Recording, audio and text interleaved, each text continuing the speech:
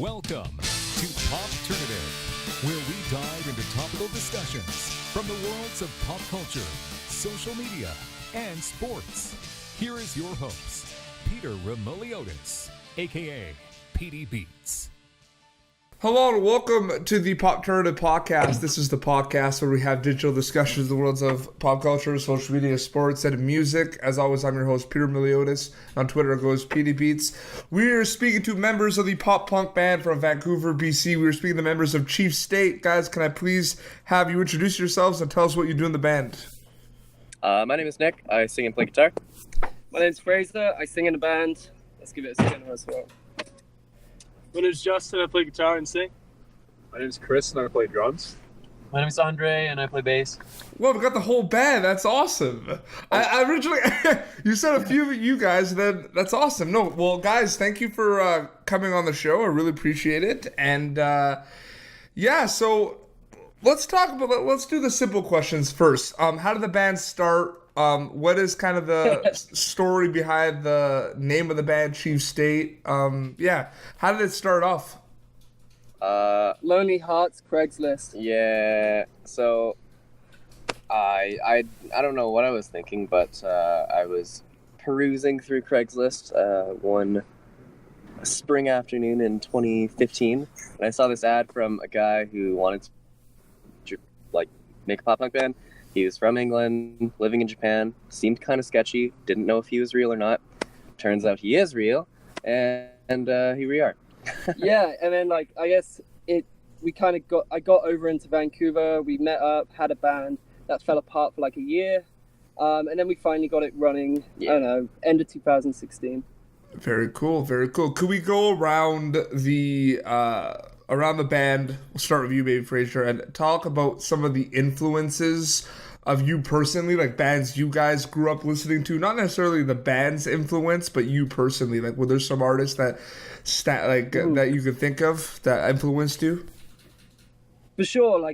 I used to be really into Sum 41 and Blink-182 back in the day, and then I kind of fell off the pop punk bandwagon for a while, and it was the Story So Far that got me back in, sort of, I don't know, 5, 6, 7 years ago or something. Mm-hmm. And these days I'd probably say Trash Boat and Knuckle Puck are big influences on what I listen to and write. Very cool. I want to hear from the whole band if possible, so we'll go around.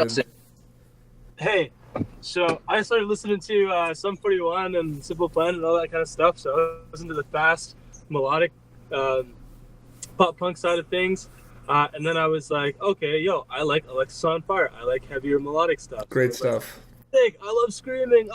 And then I listened to Dallas's side project, City and Color, and I was like, okay, now I'm playing indie. Now I'm playing more soulful songwriting stuff.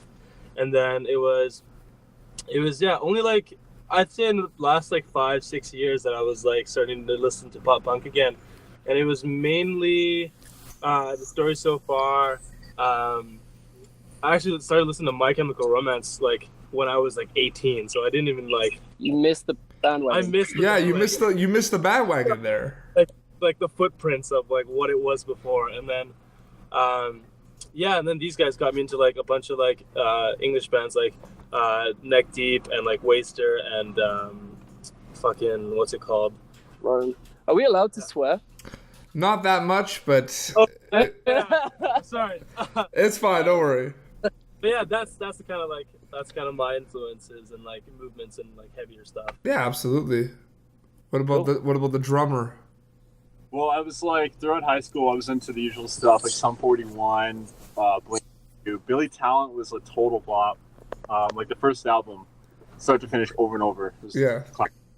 And then it kind of got into more indie stuff, Metric. I'm still into that stuff, but lately it's been The Story So Far, Knuckle Puck. Those are my two top ones. Knuckle Puck just seemed that band that I'll talk to fans or other pop punk bands. They always bring up that band. No, I like that band a lot, but they always come up. That's awesome. Yeah, no, they're so good musicians, and their songwriting is just it blows my mind. I'm hoping someone says Seaway just because they're friends of mine. Oh shit. Hey, how's it going? So what about you? What are some of the influences? Obviously, I grew up on Blink-182 like everybody. But I mean, I'm from Europe. I'm from Slovakia, so there was a lot of other influences there. Oh, really? Probably like unknown here, like In a Cafe, From Our Hands. Like they're more like kind of Bad Religion. They are influenced kind of like Bad Religion stuff. So it's really like faster, more simple punk rock. Yeah.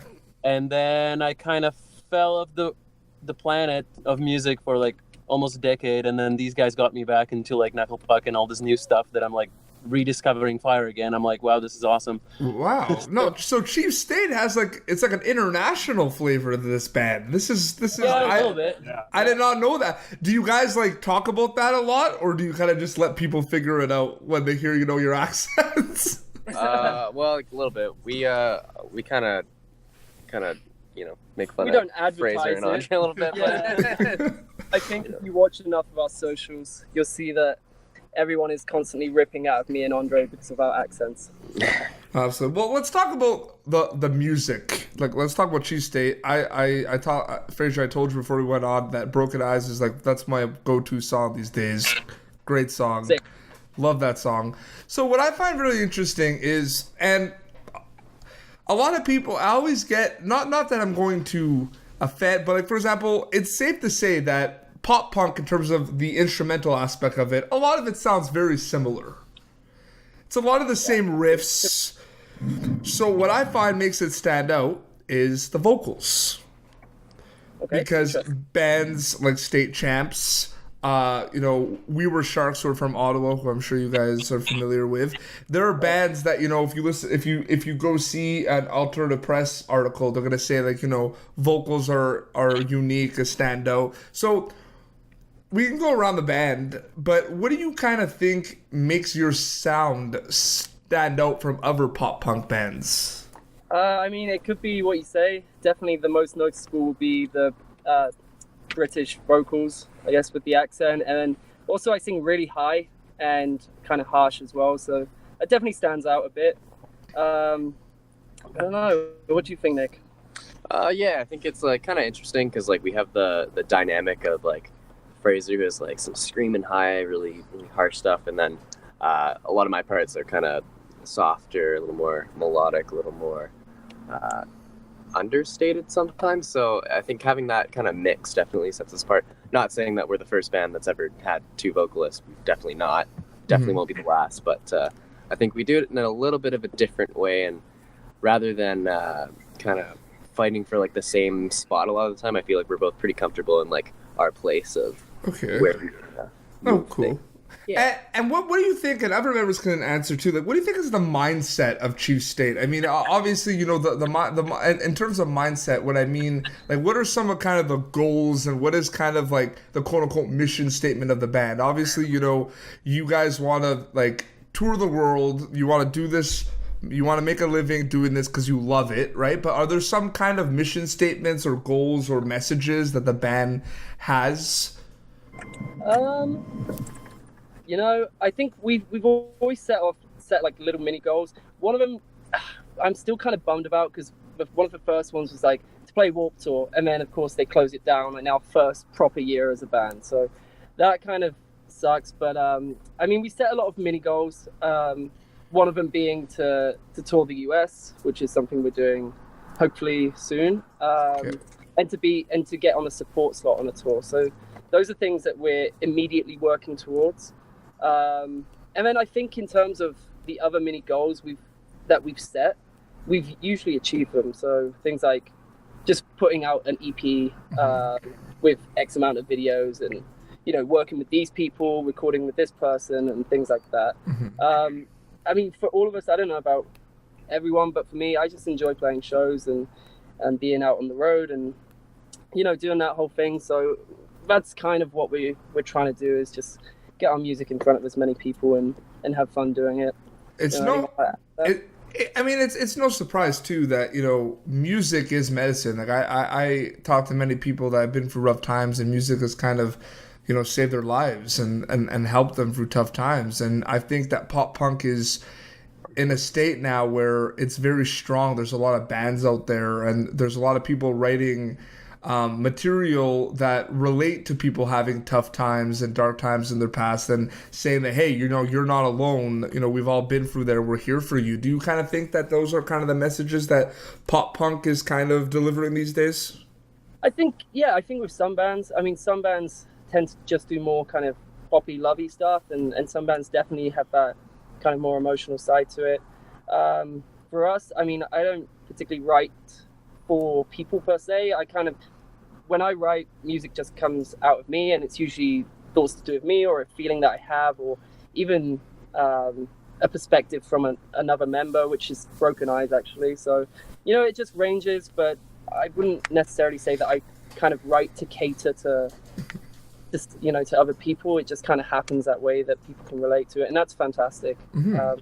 You know, that's what it's about, really. If somebody can grab some kind of perspective or thought out of our songs, then I guess we're doing a good job. So did you guys say, I might have missed, that you've only been a band for a year, or am I hearing things? This lineup, like this lineup actually, like Okay. this lineup technically less than a year, but like we started, Fraser, Chris, and I are kind of, I guess, we released like right at the start of 2017. Yeah, so March 2017. But that's still generally new, and I think the band has come a long way in such short time. So congrats on that, guys. What do you think has kind of been the factors in that?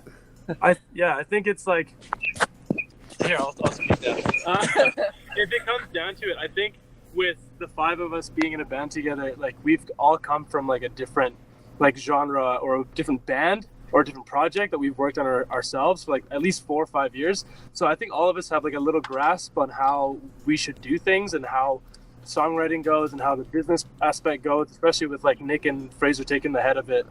And then the main, like five of us all like songwriting together sort of thing. We all have a general knowledge of how songs should go and like, what can we add here? What can we do here? Like I don't do much writing, but it's more like I'll help like punch in ideas, and like when these guys come up with something, it's like we all have an input. We all have like, hey, this might sound good here, or hey, this doesn't sound cool, but maybe if we put it in this part, this and that. And I think with our songwriting, it helps especially with the last EP, putting those like songs together was like it was definitely like a puzzle. But it was already like laid out for us, and we just had to like color it in. It was like an outlined picture, and we just had the crayons. No, I like that. That's awesome. That's as weird as it is to say. I feel like we almost treated like the writing of the last EP like it was going to be our last EP, even though it won't be our last release by any means. But like, I think we kind of had that approach to be like, okay, we better make this the best we possibly can, and hopefully it translated. Yeah, it's like, you know, not all or nothing, but for sure we realize that you only get so many shots before you start getting picked up and things like that. So we had to get this one right. I think mostly it's definitely a huge part of it, but we work really friggin' hard. Like we're 100%. We haven't stopped since day one. Like these guys will tell you, like I'm on everyone's back every single day. Like we gotta do this, we gotta do this, we gotta do that. And I think that's what's good. We motivate each other a lot, and we have these goals, and we want to get to, you know, that next level, but we want to get there yesterday, not tomorrow, not, you know, next year. We want to do it now. So speaking of next level, talk a little bit about the reception so far from the EP. Talk about, because, you know, we know that you guys are on some pretty cool playlists on Spotify. Spotify is very good for a lot of up-and-coming bands and indie and unsigned bands. Talk about some of the kind of the reception and what is kind of being, like, what's to expect with Chief State the next couple of months. Yeah, it's been received really well. So we're stoked. It seems like we're getting a lot of random people just be like, hey, this is awesome. Hey, I found you here, found you there, and really like your band. We're getting a lot more of that, which is great because, you know, starting off, you don't have any of that. You're all kind of skeptic, right? Yeah. But, you know, people are receiving it well, and that's good. All we got to do is, all those people who do like it, you just got to keep sharing it for us and showing your friends, because that's how we get up to the next level, is getting new people and just that exposure. And I guess for the next few months, we're working on sorting out tours and you know, getting in front of people and doing our thing. So hopefully you'll see us at a date somewhere here. Is there enough of like do you think the fact that you have members from the UK in the band and from Slovakia, like, is that kind of like a guarantee, like, oh, we have to go tour there now because there might be like a fan base there, like, does that come into a play? And I'm curious. We already did the UK actually. We're about to drop a documentary. Should be in the coming weeks, so keep your eye open for that. But we toured it last summer. We booked everything ourselves. We just flew out there. We each lost a lot of money, and we had a great time. We played, like 12 shows or something, and we had some really good ones. We had some okay ones, and, it was a lot better than we actually thought, considering just doing it ourselves without having any, well-liked music out at that time. Yeah. Mm-hmm.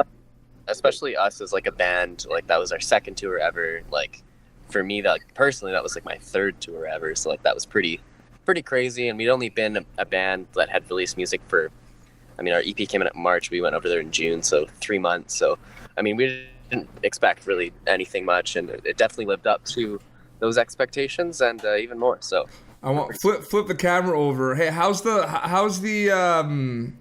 scene in Slovakia? Oh, yeah, we already have a lot of fans, actually. Because I grew up in bands there. Like, I played since I was 12.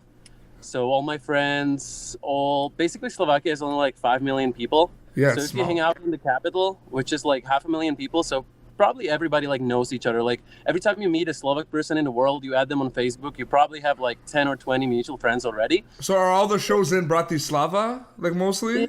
Yeah, mostly it's there's a club called Randall, and Randall Club is like, Silverstein played there, like, big band, Psalm 41 was there. It's like this little like underground club. Well, it's not little, but it's like, it's kind of doesn't have that kind of appearance of like this is an amazing venue or whatever. Mm-hmm. It's kind of a little bit more underground, but like this is where all the bands that are like the Slovak legends or like the upcoming Slovak bands hang out together. They all know each other, and I would say I'm friends with quite a lot of bands there. So they follow our stuff, they seen our videos, they sent me messages of like, hey, we're so glad that like we have a Slovak guy in North America playing in this awesome band. You guys are doing awesome music. When are you coming? So I'm telling them, yeah, like obviously we're gonna come someday. We just don't know why, well, like yet, when, but obviously I want to go there. It's one of my dreams. Oh, it's really cool. Yeah, you mentioned Silverstein. Shane told the vocalist he was on the show a couple of weeks ago. Oh, nice. Yeah, we interviewed him. He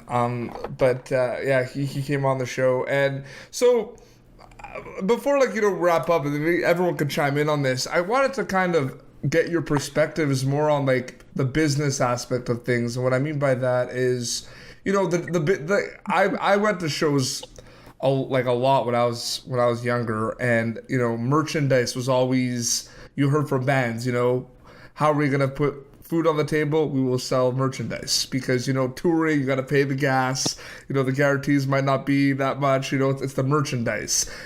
You guys are nodding your head, so I'm sure the answer to this is yes. That's still like the name of the game, merchandise. That's basically most of the money will come from merch, correct? Yeah. Yep.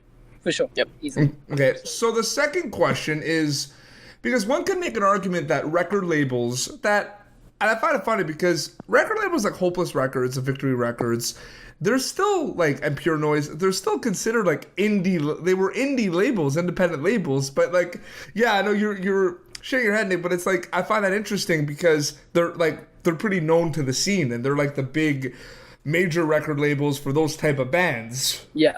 For sure. Yeah, I think if you look at like the music industry as a whole, though, like you look at a Hopeless Records or a Pure Noise, and Hopeless Records has definitely fostered, they have a great reputation of fostering amazing bands, all time low. Avenged Sevenfold, they've all gone on to like these larger labels that are considered kind of major labels. So as a whole, like in general, pop punk isn't necessarily gonna sell millions and millions and billions of dollars like a Taylor Swift tour would necessarily, but in terms of our kind of scale and our scope, like, yeah, those are the big fish. I would consider those like the major labels of. Well, I find it interesting because if you go on Wikipedia and just put like Victory Records or like Hopeless Records, it's going to say like is an independent record label. Like, I just find that's interesting, right? Because the guys like us or the people in like the defend pop punk groups on Facebook, like those people, like worship those labels and the bands on those labels. You know what I mean? But my question is, I think that, and I've talked to a lot of bands about this, is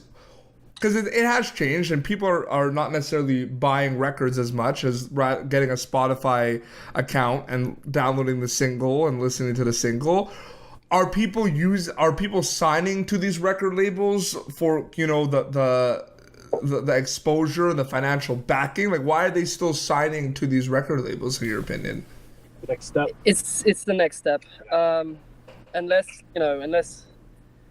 you got 4 guys, 5 guys in a band that have a lot of money, whether from jobs or parents or whatever, you know, it's very difficult to do it yourself.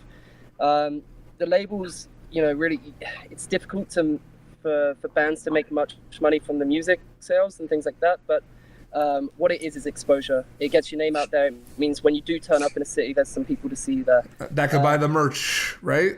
And, you know, it's key because they have all the distribution. They've got all the channels there they've had it there for years. They've tried and tested, you know, business models for how to market, you know, a new product. The pros. Yeah, they're pros. They're the pros, and they get us up to the next level, and so we can actually, you know, quit our day jobs and things like that. Mm-hmm. So. Yeah, no, it's good I said that because there's a lot of interviews that people talk about, like, you know, like you just mentioned, Fraser, like the music and like the actual like album sales, right? You know, there's more income coming to bands from, you know, merchandise and other things, and people are signing on, producing records. But I think they're doing that, yeah, for the exposure, and then they're kind of on this roster. Is it safe to say that like record labels have kind of taken more of like they're almost like PR and management as well? Yes and no. I think there's definitely, I mean, obviously we don't know firsthand, but I can imagine that you know, there would be a lot of that built in PR, especially like, you know, obviously a label that's going to invest X amount of dollars into that. If they don't kind of assist on the marketing side at least a little bit, they're not going to make the return on their investment unless the band already has, you know, so many followers, so many dedicated people that are going to, you know, make it worthwhile. So I think without that kind of initial upstart, you know, they're not even going to see that return.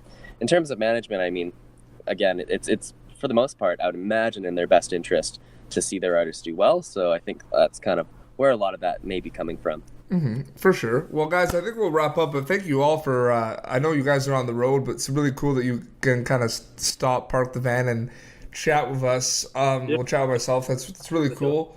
Or are you driving or? No, we're just. Oh, no, you're not. Yeah, I was about to say, obviously you're not driving. Ghost riding the van. Yeah, that might have been cruise control. It's fine. But seriously, guys, I like the music's awesome. The EP is really good. Just continue doing what you guys are doing. You know, you're obviously passionate. This means the world to you guys. So keep going, and I wish you all the best, guys. Seriously. Thank you. And you so much. Where could people plug away? Where could people follow the band? Where could they like get the EP? Like the stage is yours to plug away.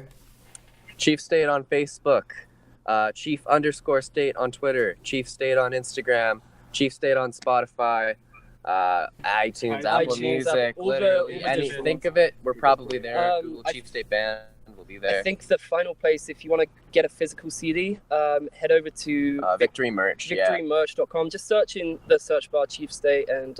Are you on Victory Records? No, it's just distributed. So I'm okay. Distributed through Mutant League. And that's the website that they use. But you can pick up the new CD. You can get a pretty cool sweater and t-shirt as well, I think. So very cool, guys. Well, seriously, all the best. Drive safe, and yeah, man. Until next time. Word, sure. Thank you. No, for sure. Well, this has been Pop Turnative. You can catch previous episodes of Pop Turnative, youtube.com/Pop Turnative for the video episodes, and then wherever you listen to podcasts, we're there. Until next time, this is Chief State and PDB signing off. Thank you for tuning in to Pop Turnative.